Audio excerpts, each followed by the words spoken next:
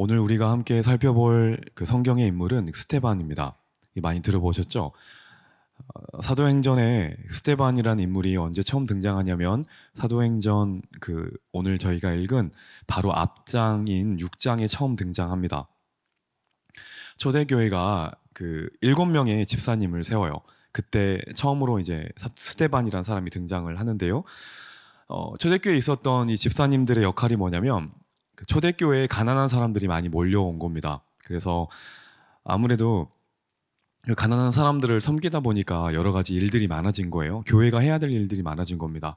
그래서 역할을 분배합니다. 사도들은 말씀만 증거하기로 하고 집사님들은 여러 가지 구제와 어려운 사람들을 돕는 일을 담당합니다. 그래서 이런 사역들을 감당할 직분자들을 세우는데 그 중에 한 명이 스데반이었습니다. 그 7장 앞부분에는 스데반이 한 긴 설교가 나와 있어요. 이 설교는 사도행전에 기록되어 있는 모든 설교 중에서 가장 길이가 깁니다. 뭐가 좀 중요하지 않겠습니까? 그리고 그 설교의 끝부분에 오늘 저희가 읽었는데 스데반 집사님의 순교 장면이 기록되어 있습니다. 저는 오늘 죄송합니다. 수련회 때 목 관리를 잘 못해가지고 좀 이해해 주시면 좋겠습니다. 오늘 그 기록된 스데반의 모습을 통해서 우리가 좀 구체적으로 어떻게 좀 깨달음을 얻을 수 있는지를 좀 적용적인 측면에서 한번 살펴보도록 하겠습니다. 저희가 읽진 않았지만 시간상 스데반의 그 순교라는 이 사건을 보기 위해서는 유대인들과 스데반의 토론을 좀 보아야 되는데, 왜냐하면 여기서부터 모든 사건이 시작하기 때문에 그래요. 스데반이 본격적으로 등장하는 사도행전 6장 8절을 보면은 이렇게 기록이 나와 있어요. 한번 같이 읽어볼게요. 시작. 스데반이 은혜와 권능이 충만하여 큰 기사와 표적을 민간에 행하니, 이렇게 나옵니다. 그 다음에 더 중요한데 스데반을 통해서 하나님의 메시지가 선포됩니다. 그 다음 9절인데요. 같이 읽어볼게요. 시작. 이른바 자유민들, 즉 길리기아와 이사에서 온 어떤 자들이 일어나 스데반과 더불어 논쟁할세. 많은 사람들이 회당에 모입니다. 누가 모이냐면 여기 보면 그 이른바 자유민들이라는 표현이 나와요. 이 표현을 좀 주목해 보셔야 됩니다. 이른바 자유민들. 그리고 즉 이거는 이제 설명하는 거죠. 이제 어떤 자유민들이냐면 구레네는 북아프리카 지역인 거 아시죠? 북아프리카 지역이고요. 알렉산드리아는 애굽, 즉 이집트 지역입니다. 그리고 길리기아는 다소 지방인데 사도 바울의 고향이에요. 아시아는 지금으로 말하면 튀르키예, 터키 지역을 이제 아시아라고 표현을 했습니다. 이들을 설명하는 이제 공통된 단어가 있는데 아까 좀 주목해 보면 좋겠다라고 했던 자유민, 이른바 자유민들입니다. 자유민들이란 말은 자유가 있는 사람들이란 말이죠. 그러면 과거에는 이 사람들에게 뭐가 없었다는 말일까요? 자유가 없었다는 말입니다. 과거에는 자유가 없었는데 최근에 자유가 생긴 사람들이란 뜻이에요. 다시 말해서 다른 나라의 디아스포라, 포로로 끌려갔던 사람들을 일컫습니다. 여러분, 이스라엘은 참 많은 전쟁을 겪어요. 강대국에 둘러싸여 있었기 때문에 하나님의 징계로 여러 가지 이유로 많이 포로가 됩니다. 그래서 여러 나라들에 의해서 많이 끌려가게 되는데 이제 여기저기 흩어져 있던 이스라엘 포로들이, 유대인 포로들이 후손들을 이제 낳게 되고요. 그들이 이제 고향으로 돌아오게 된 겁니다. 유대인들은 언제나 모이면은 회당을 만드는 거 아시죠? 유대인들은 항상 회당을 만들어요. 성경을 강론하고 나누는. 지금 이 디아스포라 유대인들이 만든 회당에서 스데반이 참석해가지고 무엇을 하냐면 논쟁을 하는 겁니다. 토론을 하는 거예요. 그 모든 토론에는 주제가 있죠. 스데반이 유대인들과 했던 토론에도 주제가 있었습니다. 6장 14절에 그 내용이 있는데 한번 같이 읽어보겠습니다. 시작. 그의 말에 이 나사렛 예수가 이곳을 헐고 또 모세가 우리에게 전하여 준 규례를 고치겠다 함을 우리가 들었노라. 자, 토론의 주제가 있어요. 그게 한 가지인데 예수님의 말씀이에요. 구체적으로 어떤 예수님의 말씀이에요? 이겁니다. 성전에 대한 것과 율법에 대한 거예요. 예수님이 어떻게 말씀하시는 것을 가지고 토론을 했냐면 예수님이 내가 직접 성전이 되겠다라고 말했고 예수님은 내가 율법을 완성했다라고 말했었어요. 스데반이 자유민인 유대인들과 함께 이 이야기를 해요. 유대인들이 스데반을 이기지 못해요. 그래가지고 스데반을 사내들인 공회에 고발합니다. 그리고 공회에서 억울하죠? 예수님이 한 말 그대로 전하는 건데 스데반에서 한 긴 설명이 뭐냐면 이 7장의 내용이에요. 대충 이해되시죠? 자유민인 유대인들과 함께 스데반이 토론을 붙어요. 그 주제가 뭐냐면 예수님이 하신 율법과 예수님이 하신 성전에 대한 이야기예요. 스데반을 이기지 못하니까 유대인들이 이 사람을 고발해가지고 공회라는 재판장에 간 겁니다. 그래서 스데반이 자기의 이야기를 쭉 하는 것이 7장의 내용이에요. 스데반의 긴 이야기를 들은 유대인의 반응이 뭐냐? 오늘 우리가 읽은 7장 54절입니다. 같이 읽겠습니다. 시작. 그들이 이 말을 듣고 마음에 찔려 그를 향하여 이를 갈거늘. 마음에 찔렸대요. 이거 좀 좋아 보이죠? 근데 그 다음에 나온 말이 뭐예요? 이를 갈았대요. 원어로 보면은 물어 뜯다란 말이에요. 짐승이 먹이를 삼키기 전에 이를 가는 거 말하는 거예요. 이렇게. 사람에게 쓰는 말이 아닙니다. 짐승에게 쓰는 말이에요. 이 원어 자체가. 이 말을 듣고 마음에 찔리고 이들이 짐승처럼 변했다는 거예요. 이들이 왜 이렇게까지 짐승처럼 본능적으로 분노를 표출을 할 만큼 화가 났을까? 이유는 크게 두 가지예요. 첫 번째 이유는 이겁니다. 스데반을 고소한 사람들의 특징을 좀 알아봐야 되는데 스데반을 고소한 사람들이 누구라 그랬는데 어떤 민들이래요? 자유민들이라 그랬어요. 외국에 살던 유대인들입니다.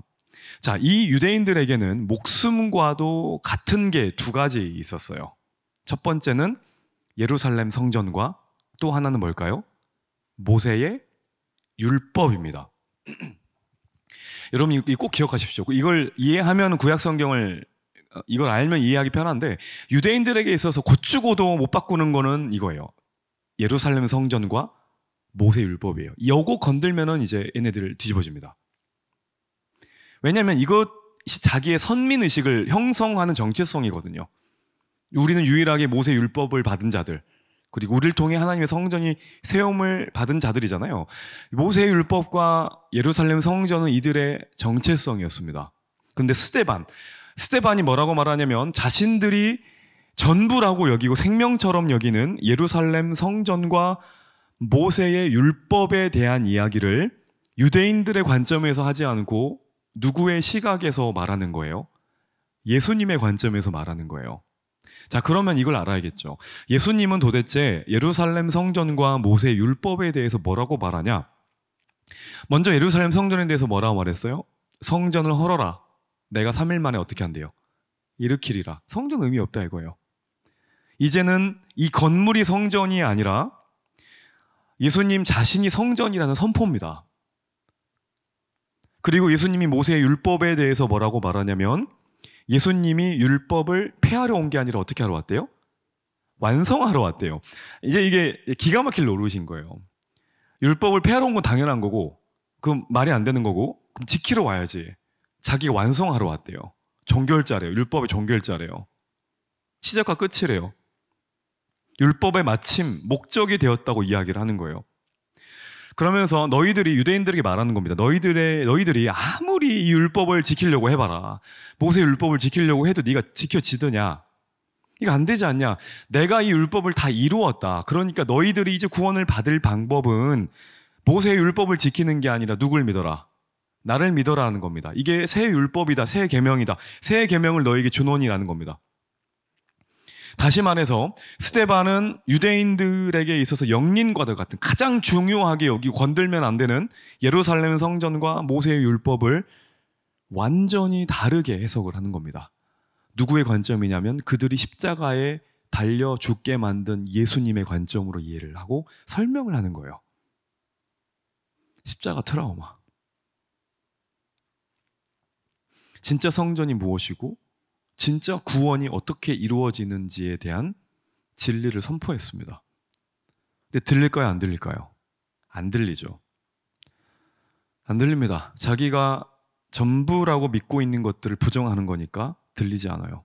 그래서 유대인들의 반응을 보시면 이들이 무얼 들어요? 돌을 들어가지고 스데반을 쳐서 죽입니다. 이게 스데반을 죽인 첫 번째 이유. 자기들의 전부였던, 다시 말해서 성전과 율법을 예수님의 관점으로 해석했다는 것 때문에 스데반을 돌로 쳤어요. 두 번째 이유, 경제적인 이유 때문입니다. 돈 때문에 쳐서 죽였어요. 유대인들과 유대 지도자들에게 예루살렘 성전은 단순한 예배 장소만 아니었어요. 이들에게 있어서 예루살렘 성전은 거대한 돈주머니였어요. 여러분, 예루살렘 성전에는 수많은 사람들이 오죠. 예배를 드리고 제사를 드리러. 당시 유대 제사에는 뭐가 필요했어요? 제물이 필요했죠. 소와 양과 염소 같은 제물이 필요했어요. 자기들이 가져와야 되는데 원칙적으로는 너무 멀고 힘드니까 어디서 판 거예요? 성전에서 팔았어요. 그걸 가지고 몇 배의 차익을 남겼어요. 성전 옆에 영안에 머물면서 그들이 계속 이런 걸 팔았대요. 어마어마한 수입원이었어요. 성전이라는 것이. 근데 갑자기 나타난 스데반이라는 사람이 무엇을 부정하는 거예요? 성전을 부정하는 거예요. 이 성전 필요 없다는 거예요. 예수님을 믿으면 돼 라고 말해요. 자, 이들의 입장에서는 어때요? 말은 못하지만 속으로는 이게 잡아 죽일 놈인 거예요. 네가 뭔데 내 돈주머니를 건드려? 이게 이를 갈았던 두 번째 이유예요. 첫 번째는 자신들이 전통이라 생각했었던, 정체성이라 생각했었던 그걸 건드렸을 때, 두 번째 자기 경제적인 걸 건드렸을 때. 자, 진리를 들었습니다. 마음에 찔리기까지 했어요. 자, 그 다음에 중요한데, 그런데 진리를 붙잡지는 않습니다. 여러분, 이걸 헷갈리시면 안 됩니다. 진리를 듣는 것과 마음에 찔리는 것과 그것을 잡는 것은 완전히 다른 문제입니다. 진리를 듣고 마음에 찔려도 진리를 믿는 사람을 돌에 쳐서 죽일 수 있습니다. 대신 이들은 진리를 잡지 않고 무엇을 잡아요? 자신의 정체성을 잡고요, 돈을 잡아요. 그리고 진리를 외치는 스데반을 죽이는 겁니다. 여러분, 이게 똑같습니다. 우리가 언제 가장 이렇게 이를 갈고 분노한지 아세요? 이 두 가지 건드렸을 때요. 네가 뭔데 나를 건드려? 나의 정체성. 그리고 경제적인 걸 건드렸을 때 사람들이 가장 분노합니다. 생각보다 많은 사람들이 진리를 싫어해요. 진리를 몰라서가 아니에요. 진리 알아요. 진리를 들어도 받아들이기를 싫어해요. 진리를 듣고 마음에 찔려도 그렇게 살아가기를 싫어합니다. 여러분, 교회 안에 이런 모습들이 얼마나 많습니까? 그리고 우리가 그렇지 않습니까? 여러분, 마음에 찔리기까지는 많이 하시죠? 근데 그대로 살아요, 안 살아요? 잘 안 살잖아요. 진지하게 한번 생각해 보세요. 여러분, 정말로 우리가 진리를 몰라서, 하나님의 말씀을 몰라서 하나님의 뜻대로 살지 못하고 있을까요? 아닐걸요. 하나님이 정말로 우리에게 말씀하시는 것이 뭔지를 몰라서 정말로 우리가 그분의 뜻 안에 있지 않다라고 말할 수 있겠습니까? 그렇지 않을 겁니다. 진지하게 한번 생각해 보십시오. 대부분 내 생각과 내 감정과 틀리기 때문에 진리를 받아들이지 않습니다. 싫은 거예요. 내 경제적인 이익과 맞지 않기 때문에 이대로 하면 내가 망할 것 같은 거예요. 회사에서 잘릴 것 같은 거예요. 그래서 진리를 거부합니다. 내 진로가 꼬일 것 같은 거예요. 그래서 말씀대로 살지 않아요. 손해볼 것 같으니까 안 한다 이거예요. 내 정체성이 흔들릴 것 같으니까 그대로 안 해요. 여러분, 성경 66권을 보면 공통된 특징이 있는데 항상 진리의 말씀이 선포되는 곳에는 반드시 죽음의 역사가 나타났습니다. 무슨 말이냐면 말씀으로 나를 죽이거나 아니면 그 말씀을 내가 죽이거나. 본해퍼 아시죠? 선한 능력으로 작곡도 했나 모르겠네. 작사만 했겠죠? 그 본해퍼라는 목사님이 이걸 한 거예요. 십자가를 만난 사람은 내가 십자가에 나를 죽이거나 다시 예수를 죽이거나 한다고 했어요. 너무 맞는 말 아닙니까? 항상 진리의 말씀이 선포되면 이 두 가지 역사가 나타나요. 말씀으로 내가 죽거나 내가 그 말씀을 죽이거나. 말씀이신 예수님이 오실 때도 그랬죠. 유대인들은 말씀이신 예수님을 죽였습니다. 자기들이 죽은 게 아니라. 똑같은 상황입니다. 진리의 말씀을 스데반이 선포했을 때 그 말씀으로 유대인들은 자기 자신을 죽이는 게 아니에요. 자기 자신의 정체성을 버린 게 아니에요. 말씀으로 자기 자신의 경제적인 이익을 놔버린 게 아니에요. 자기 자신이 더 중요했고 자기가 붙들고 있는 돈이 더 중요한 거예요. 그래서 진리를 선포하는 스데반을 죽인 겁니다. 그러면 우리는 어떻습니까? 지금 우리 안에는 무엇이 죽고 무엇이 살아있습니까? 정말로 진리가 살아있다라고 말할 수 있겠습니까? 무엇이 살아있습니까? 한 주 동안 우리 삶에는 무엇이 정말로 떳떳하게 살아있었습니까? 저는 하나님의 말씀을 나누는 이 자리에, 진리가 선포되는 이 자리가 정말로 우리가 죽고 말씀의 주인이시고 말씀 그 자체인 예수님이 우리 삶에 높이 살아계시기를 간절히 축원합니다. 자, 이런 유대인들의 모습을 보면서 이제 중요한 건 스데반의 반응이겠죠. 스데반이 어떤 반응을 보이냐면, 자, 스데반이 유대인을 돌로 쳐서 자기를 죽일 때 어떻게 하나요? 돌을 막 이렇게 막나요? 손으로 막 맞고 막 잡고 다시 던져주고 이렇게 하나요? 안 하죠. 어떻게 하나요? 기도합니다. 아무것도 안 해요. 기도합니다. 오늘 본문 7장 59절 말씀 보실게요. 시작. 그들이 돌로 스데반을 치니 스데반이 부르짖어 이르되 60절도 같이 볼게요. 무릎을 꿇고 크게 불러 이르되 주여 이 죄를 그들에게 돌리지 마옵소서. 자니라. 스데반이 돌에 맞아 죽기 직전에 했던 것은 아무것도 아니라 기도했습니다. 딱 두 마디의 간결한 기도였습니다. 복잡하지도 않아요. 첫 번째가 뭐예요? 내 영혼을 받으소서. 두 번째가 뭐예요? 주여 이 죄를 그들에게 돌리지 마소서. 첫 번째가 뭐라고요? 내 영혼을 받아주시옵소서. 두 번째는 뭐예요? 이 죄를 저들에게 돌리지 마옵소서. 자, 이 기도 누가 했던 기도예요? 예수님이 십자가에서 했던 기도죠. 바로 떠오르죠. 예수님께서도 십자가에 죽으시기 전에 이렇게 기도해요. 아버지여 내 영혼을 아버지 손에 의탁하나이다. 아버지여 저들을 사하여 주옵소서. 저들은 자기들이 지금 무슨 짓을 하는지 알지 못합니다. 라는 기도예요. 스데반의 마지막 기도하는 내용과 스데반의 마지막 삶이 기도라는 것을 보면서 끝까지 말씀을 붙들고 충성하는 이 모습을 보면서 우리는 자연스럽게 누구를 떠올리게 되나요? 예수님이에요.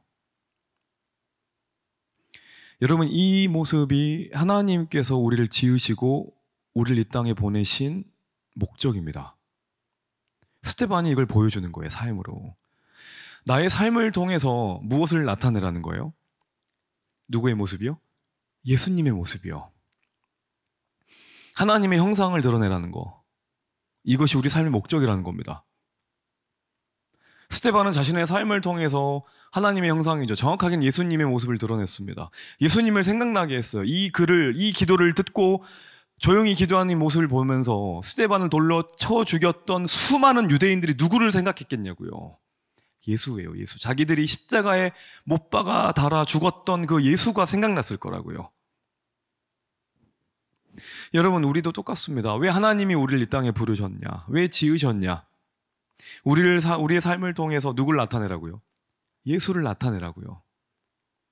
이것이 우리를 지금 몸담고 있는 가정에 보낸 이유입니다.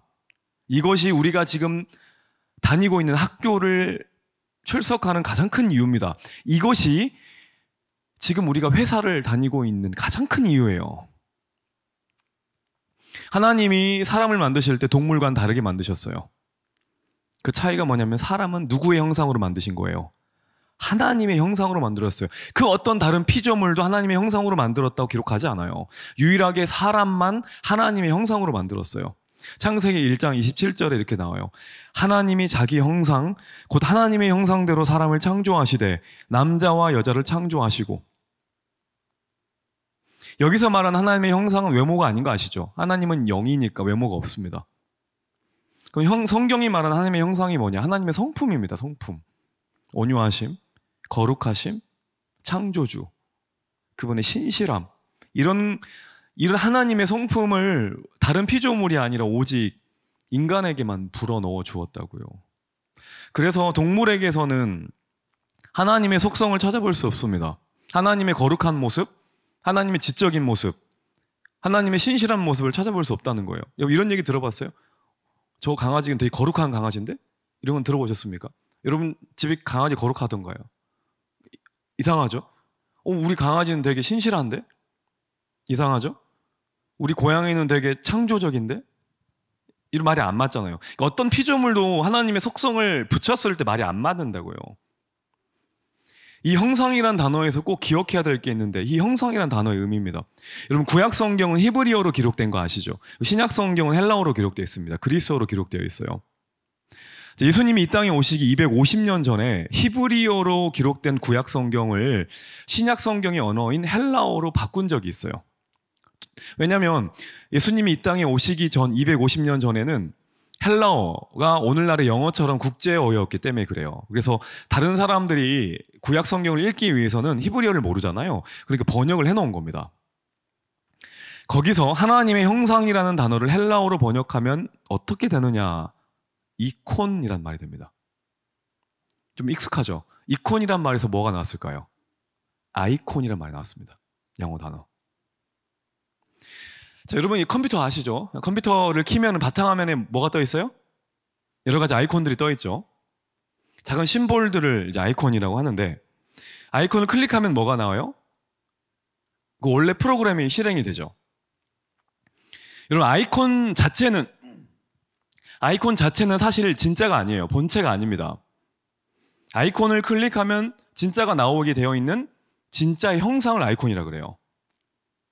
한글 바로가기가 있어요. 예를 들어 그걸 따닥 클릭하면은 한글 프로그램이 나오죠. 실행이 되죠.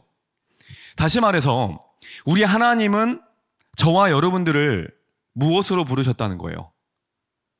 하나님, 예수님의 아이콘으로 불렀다는 거예요. 주변 사람들이 세상이 나를 클릭해요. 따닥 클릭하면 우리 안에서 뭐가 나와야 돼요? 하나님이 나와야 되고 예수님이 나와야 된다는 얘기예요. 그게 우리예요. 이게 우리를 지으신 목적이에요. 나라는 사람, 박기범이라는 사람을 알아가면 알아갈수록 내 안에서 뭐가 나와야 되냐면 예수 그리스도가 나와야 돼요. 하나님의 속성이 나와야 돼요. 하나님이 우리를 창조하실 때는 원래 그렇게 만들었어요. 근데 아담과 하와가 죄를 짓고 이 하나님의 형상이 파괴되죠. 죄가 들어오면서 우리 안에 있는 하나님의 형상이 훼손됩니다. 그래서 완전히 파괴돼요. 여러분 제가 예를 들어 어떤 그 과제를 하려고 설교를 쓰려고 한글 아이콘을 딱 클릭을 했어요. 한글 아이콘을 따닥 클릭했는데 갑자기 파워포인트가 떠요. 그러면 제가 우와 이런 기능도 있네? 라고 되게 좋아할까요? 그럼 어떻게 생각할까요? 이 바이러스 먹었나? 이렇게 생각하겠죠? 문제가 있는 거예요. 우리 삶이 그렇게 된 거예요. 우리를 클릭했는데 누가 나와야 돼요? 우리는 원래 하나님이 나오고 예수님이 나와야 돼요. 근데 그게 안 나와요. 이 파괴된 형상을 다시 회복시키기 위해서 하나님이 보내주신 분이 누구예요? 예수님이에요. 그래서 예수님의 역할을 재창조라고 하는 거예요. 파괴된 형상을 회복시키는 역할이에요. 죄를 끊어버림으로 바이러스를 고친다는 거예요. 그래서 예수님은 단순히 우리가 죽어서 천국 가게 하기 위해서만 이 땅에 오신 게 아닙니다. 예수님은 우리가 하나님으로 하나님의 얼굴을 보고 하나님의 속성을 닮아가고 그분의 마음을 헤아려 가서 파괴되었던 우리 안에 하나님의 형상이 회복되도록 만들어 가시는 분이 우리 예수님이에요. 그래서 예수님이 이 땅에 오신 거예요. 어느 정도까지 회복되기를 원하시느냐? 그리스도의 장성한 분량까지라고 나오죠. 오늘 스데반 모습처럼 되기까지를 원하시는 거예요. 우리는 죄인입니다. 심각한 죄인이었기 때문에 하나님의 형상이 온전히 파괴되어 있었어요. 근데 예수님이 이 땅에 오셔서 예수님의 말씀대로 살아가고 예수의 영인 성령대로 살아가면 오늘 스데반의 모습처럼 거룩한 형상이 우리 안에 회복된다고요. 스데반은 예수님의 아이콘이에요. 그래서 스데반을 클릭하면 예수님이 나왔어요. 사람들이 스데반을 흔들면 흔들수록, 괴롭히면 괴롭힐수록, 그와 논쟁을 하면 할수록 누구 이야기가 나와요? 예수님의 이야기가 나와요. 그분의 관점이 나오고 그분의 시선이 나오고 그분의 사랑이 나와요. 스데반을 핍박할수록, 괴롭힐수록 예수님의 사랑이 계속해서 나오는 거예요. 자, 그럼 질문해봐야겠죠. 우리는 어떠냐예요? 지금 우리를 스스로를 클릭해 보십시오. 그럼 뭐가 나올까요? 나는 무엇의 아이콘입니까? 지금 내 주변에 있는 사람들이 나를 클릭하고 나를 건드려요. 나를 돌로 친다고요. 말로 나를 힘들게 하고 핍박해요. 그럼 내 안에 튀어나오는 것이 무엇이냐는 거예요. 나는 그것의 아이콘입니다. 내가 내 안에 있는 게 나오지 않겠습니까? 내가 가장 많이 생각하는 것이 나오는 거예요. 내가 가장 많이 보아오고 묵상해온 것이 나오는 거예요. 내가 가장 많이 들은 것이 나오는 거예요. 어떤 사람에게는 그것이 돈입니다. 이야기만 하면 돈 얘기가 나오는 사람이 있어요. 어떤 사람 이야기만 하면 주식 이야기가 나오는 사람이 있어요. 그 사람은 주식이 아이콘이에요. 어떤 사람은 이야기만 하면 관계, 친구 이야기를 해요. 그 사람은 관계 아이콘이에요. 그 사람은 또 어떤 사람은 학벌 이야기만 해요. 어떤 사람은 각종 비리 이야기만 해요. 사람은 클릭할 때 나오는 것의 아이콘입니다. 아니면 스데반처럼 예수님 이야기가 나오는 사람들이 있을 수도 있어요. 여러분, 저는 오늘 이걸 놓고 기도하자는 겁니다. 정말로 세상 사람들이 나를 클릭하면 난 뭐가 나오냐는 거예요. 이것이 과연 예수님이 우리를 이 땅에 보낸 이유겠냐라는 거예요. 회사에서 여러분들은 승진의 아이콘입니까? 아니면 섬김의 아이콘입니까? 학교에서 나는 정직과 성실의 아이콘인가요? 장학금의 아이콘인가요?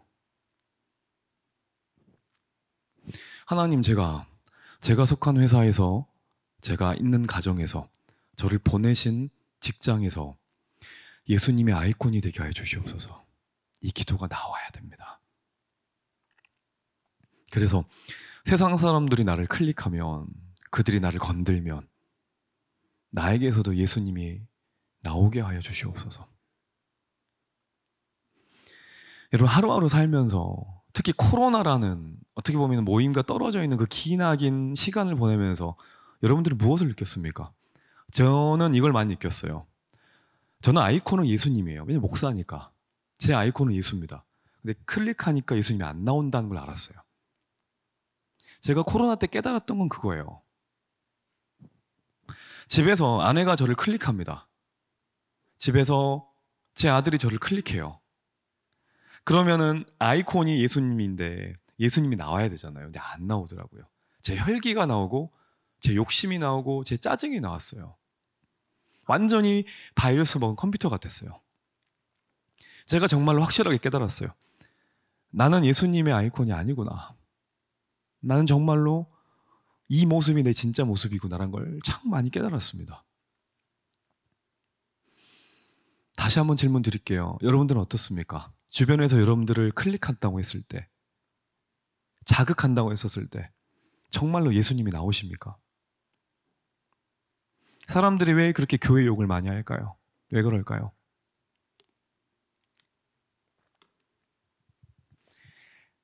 우리 아이콘은 크리스천입니다. 크리스천을 클릭하는데 뭐가 나와요? 세상 사람들과 똑같은 게 나온 거예요. 그러니까 욕을 먹는 겁니다. 그들은 다른 것을 기대하고 우리를 클릭한다고요. 근데 그들과 똑같은 게 나와요. 어쩌면 생각이 되게 똑같은지. 똑같은 술 얘기가 나오고, 똑같은 승진 이야기가 나오고, 똑같은 돈 얘기가 나오고, 삶의 목표도 똑같고 다른 게 아무것도 없어요. 그냥 교회 다니고 예수를 믿고 그것을 더 잘하고 싶을 뿐이에요. 손해보기 싫어해요. 절대로 손해보기 싫어해요. 양보 안 해요. 내가 왜 양보해요? 정직하는 거 중요하지 않아요. 좋은 실적만 내면 돼요. 이게 우리 모습이 아니냐 이거예요. 세상과는 전혀 다를 바 없는 그 모습이 움직이는 교회라고 하는 우리의 실제 모습이 아니냐 이겁니다. 왜 그럴까요? 간단합니다. 하나님께서 우리를 이 땅에 보내신 삶의 목적을 놓쳐버렸기 때문에 그래요. 여러분, 그 대학생들 새로운 학년이 시작됩니다. 왜 그렇게 공부 열심히 하실까요? 직장인들 왜 이렇게 직장에서 열심히 돈을 버십니까? 솔직히 회사는 자아 실현하는 거 아닌 거 아시죠? 직장에서 자아 실현하는 분이 어디 있습니까? 직장은 돈 벌러 다니는 곳입니다. 엄밀히 말해서. 그럼 명확하게 해보시죠. 직장에서 왜 돈을 법니까? 목적이 있어야죠. 그 돈에 대한 목적을 알려면, 내가 왜 이 돈을 버는지에 대한 목적을 알려면 번 돈을 어떻게 쓰는지 보면 알아요. 그것이 그 목적이에요. 내가 하나님을 위해서 돈을 번다. 목적이 쓰는 게 다를 겁니다. 내 자신을 위해서 돈을 번다? 내 자신을 위해서 쓸 거예요. 내가 번 돈을 어떻게 쓰는지 통장 내역만, 카드 내역만 쭉 봐도 내가 그것의 아이콘인 겁니다. 여러분 기억하십시오. 우리가 기도하러 온 목적은 자기 문제를 해결하기 위해서만이 아닙니다. 내가 좀 더 편해지고 내가 좀 더 잘 나가고 나의 어려움을 해결하고, 물론 중요한 기도예요. 그런데 우리가 해야 될 기도는 그게 아니라고요. 하나님, 잃어버린 하나님의 형상을 예수의 이름으로 회복시켜 주시옵소서. 제가 그 회사에 가서 돌 맞을 수 있습니다. 제가 학교에 가서 마음이 어려울 수도 있습니다. 하지만 그들이 나를 건드렸을 때, 제가 돌을 맞았을 때 저에게도 이 스데반의 모습이 나오게 하여 주시옵소서. 이 기도가 회복되어야 돼요. 그리고 돈을 버셔야 돼요. 그리고 공부하셔야 돼요.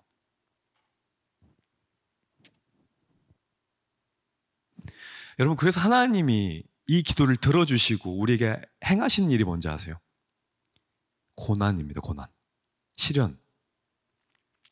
하나님이 우리에게 고난과 시련을 주시냐면 이겁니다. 하나님의 형상을 회복하라고. 다른 이유 아닙니다. 직접 단련시키시거든요. 여러분, 금, 은 아시죠? 은과 금을 보면은 그 재련 같은 거 하죠. 불순물을 빼는 걸 재련과령이라 하잖아요. 온도가 굉장히 높죠. 금과 은이 굉장히 순도가 높으면 높을수록 어떤 특징이 있는지 아십니까? 사물을 정확하게 반사합니다. 순도 높은 금과 은일수록 정확하게 반사해요. 그래서 과거의 금속 재련공들을 보면은 뭐 극한 직업 이런 데 보면 계속 불 속에서 금을 재련하잖아요. 그리고 언제까지 이걸 하는지 아세요? 금에 뭐가 보일 때까지? 자기 얼굴이 보일 때까지 해요. 자기 얼굴이 보이면 순도가 높다는 거니까. 얼굴을 계속 비춰보는 거예요. 그때까지 계속해서 연단하고 재련합니다. 순도를 높이는 거예요. 하나님도 똑같습니다. 하나님은 우리를 고난과 시련 속에서 연단시키세요. 언제까지 시키실까요? 우리 삶의 모습 속에서 누가 비춰질 때까지? 예수님이 비춰질 때까지 연단하세요. 그게 우리 진짜 모습이잖아요. 주님의 향기가 날 때까지. 그때까지 우리를 연단하십니다. 그래야 우리 안에 소망이 있기 때문에 그래요. 그래서 로마서 말씀에 환난은 무엇을? 인내를, 인내는 연단을, 연단은 소망을. 오늘 이 자리에 소망이 필요하신 분 있습니까? 이 기도가 필요합니다. 그 소망이 뭐냐면 우리가 누구의 형상을 회복하는 거, 하나님의 형상을 회복하는 거. 그래서 하나님이 훈련시키는 걸 절대 두려워하면 안 됩니다. 우리에게 예수님의 향기가 뿜어져 나올 때까지 우리 모습을 보고 예수님의 향기가 나네, 예수님의 얼굴이 보이네 라는 말을 들을 때까지 우리를 연단시키기 때문에 그래요. 저도 그 연단 중에 있습니다. 괴롭고 힘들지만 저는 그것을 소망하며 살아갑니다. 내가 오늘 하루 더 예수님의 말을 한다면, 나의 행동과 나의 자세에서 예수를 조금 더 닮아간다면, 이게 우리 소망 아닌가요? 우리는 몰라요. 우리 안에 얼마나 불순물이 있는지를 모릅니다. 오늘 본문의 스데반은 어떻게 이런 기도의 모습과 삶이 가능했을까요? 어마어마하게 연단 받았겠죠. 그리고 기도를 놓지 않았겠죠. 예수님을 바라보고 큰바의 얼굴처럼 그분을 생각하는 걸 멈추지 않았겠죠. 사람은 반드시 그 사람이 사랑하는 것이 나오잖아요. 가장 결정적일 때는. 삶의 마지막 순간에 그래서 스데반은 그가 사랑했던 예수가 나온 겁니다.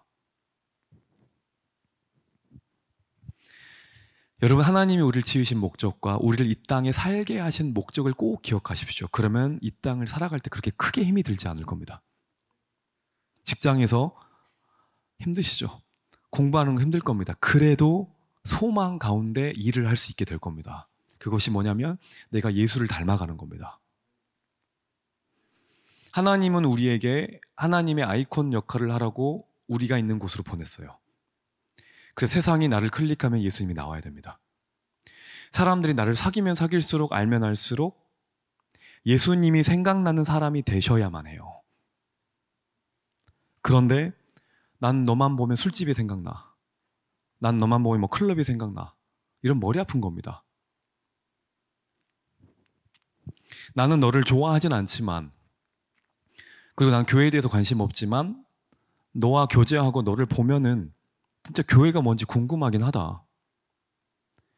나는 솔직히 옛날 교회 다녔고 지금 안 다녔지만 너의 모습을 보면 그래도 한 번쯤은 옛날 생각이 나라고 하는 이 말을 우리는 언제 들어봤습니까? 이게 하나님의 아이콘들입니다. 말씀 정리할게요. 스데반을 돌로 치는 사람들이 그 유대인들의 옷이 되게 크고 불편한 거 아시죠? 겉옷이. 돌 던지기 불편하니까 옷을 벗습니다. 그리고 어떤 한 사람의 발 앞에 둬요. 그리고 어떤 사람 앞에 계속 옷을 쌓아놓는데 그 옷을 쌓아놓았던 그 사람은 스데반의 죽음을 되게 당연하게 여깁니다. 그 사람의 이름이 누구예요? 사울입니다. 하나님의 아이콘이었던 스데반은 진리를 끝까지 지키고 말씀을 사모하다가 예수님 곁으로 갑니다. 그의 죽음으로 인해 사울이 전혀 다른 인물인 바울이 됩니다. 하나님의 아이콘이 또 다른 하나님의 아이콘을 만드는 겁니다. 그를 클릭했던 사람도 그분의 아이콘이 된 겁니다. 다른 사람들이 우리를 향해 돌을 던질 때가 있습니다. 허용하십시오. 그 돌로 인해 우리의 십자가에서의 죽음으로 인해 우리에게 돌을 던지는 그도 우리가 믿는 예수님의 아이콘이 될 겁니다. 우리가 그분과 함께 십자가에 죽는다면 우리에게 던지는 모든 돌들도 모든 비난과 모든 가시돋친 말도 결국에는 그 또한 하나님의 아이콘으로 만드시려는 그분의 크신 뜻이 있다는 것을 꼭 기억하시길 바랍니다. 마지막 질문입니다. 사랑하는 여러분, 우리는 정말로 예수님의 아이콘입니까? 아니면 다른 어떤 것의 아이콘입니까? 이 시간에 그것을 돌이켜보고 점검하면서 우리를 클릭하는 사람들이 예수님을 바라볼 수 있는 축복을 하나님께 구하길 간절합니다.